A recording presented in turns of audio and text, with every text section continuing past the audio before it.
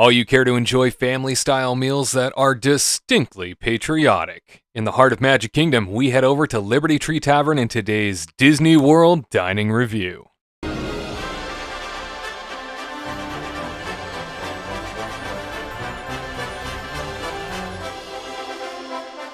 What's happening, friends? Wade for the Kingdom Report with you once again, covering all the latest eats, treats, and dining delights across Walt Disney World Resort. Today, coming to you from the Magic Kingdom, where they are celebrating their 50th anniversary. They call it the world's most magical celebration, and grateful to be here as always. Today, we are diving into some grub that you might just appreciate. Yep, we are heading over to Liberty Square, just off to the left-hand side of Cinderella Castle. Take the bridge across the moat, and you will enter essentially history when it comes to all the founding fathers and a colonial-style village completely set and ready to provide you some historic context on Americana. And we are going to head on over to Liberty Tree Tavern to pay tribute to our founding fathers as we dine at this stately colonial-style inn serving traditional New England-inspired fare.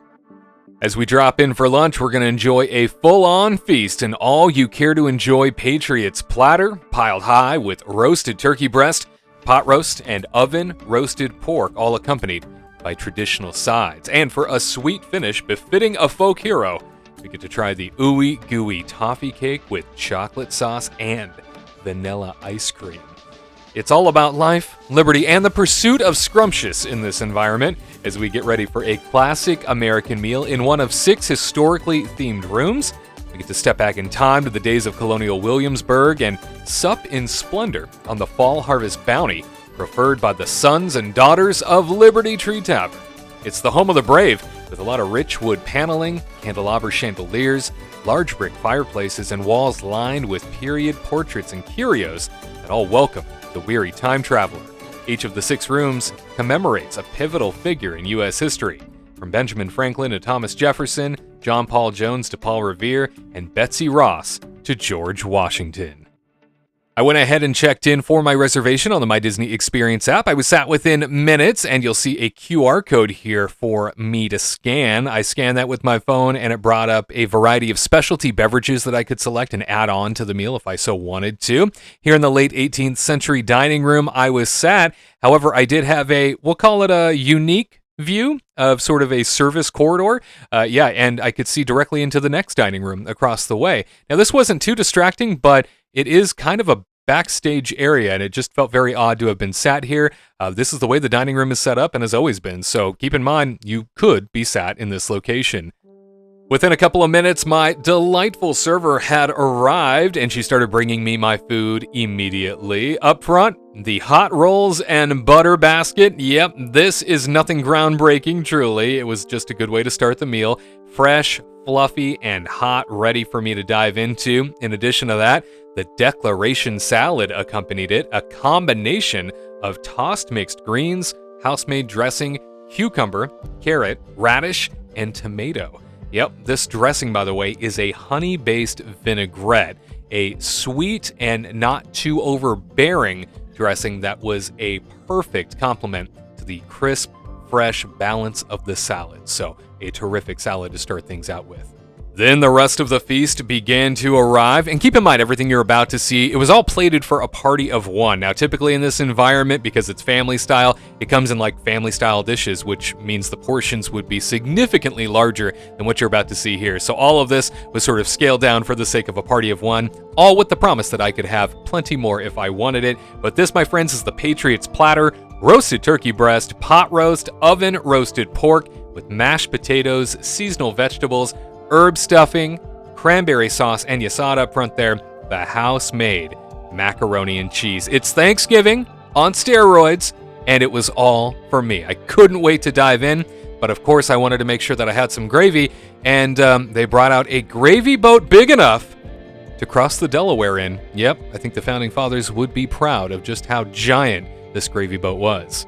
Kicking things off with the mac and cheese is something I'm so glad I did because it did not disappoint. A buttery aftertaste to the cheesiness was a welcome surprise and a perfect balance of cheese to noodle ratio here. It wasn't slimy and it wasn't overbearing. It was, in fact, perfect. Next up was the turkey, a pretty hefty portion if I do say so myself, and this baby was very moist. In fact, I was able to just cut right through it with my fork, which I loved. These were very thick slices of white meat, and this is the type of portion that you want when you think about Thanksgiving dinner, that's for sure. From turkey, we turn to the mashed potatoes. Now, the Crystal Palace can take a note from Liberty Tree Tavern. This is how mashed potatoes are made. Creamy, buttery, delicious, and yes, throw on some gravy. These were a perfect accompaniment to the meats, especially adding on top of the turkey. From mashed potatoes on over to the pot roast. The pot roast was unfortunately a little dry for my liking. Even though they lathered it in some sauce, it was still something that I didn't necessarily want very much more of, and therefore I moved right along. And from mashed potatoes, we turn to the best cut of meat on the plate, and that would be the mushroom gravy covered pork. Ladies and gentlemen, moist, tender, and perfect with that mushroom gravy. If you are going to have one bite of meat from the Patriots platter, make it the pork. You will not be sorry. Of course, you need some vegetables to go along with all this meat, don't you? Yep, and here we have the green beans, perfectly buttered and excellent when it came to crisp and crunch. I delighted in these. They were the perfect accompaniment to the rest of the plate. And you can't have a Thanksgiving dinner without stuffing, am I right? Yeah, the herb stuffing. In this atmosphere, it is so good, nice and hot, served up alongside the cranberry sauce, which you better get yourself some and throw on top of the herb stuffing. Makes for a salty and sweet treat.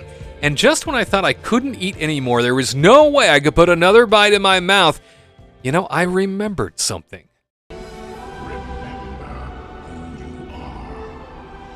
That's right, I remembered who I was. And dessert, it was served. Ladies and gentlemen, please welcome the Ooey Gooey Toffee Cake. This is something that I still dream about. Every time I come to Liberty Tree Tavern, I can't wait to have this dessert. It's vanilla toffee cake drizzled in hot chocolate sauce and topped with rich vanilla ice cream. And you can't beat all the chocolate chunks within.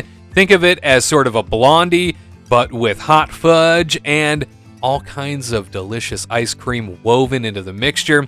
It melts all over it and makes for a truly spectacular way to end the Patriots platter.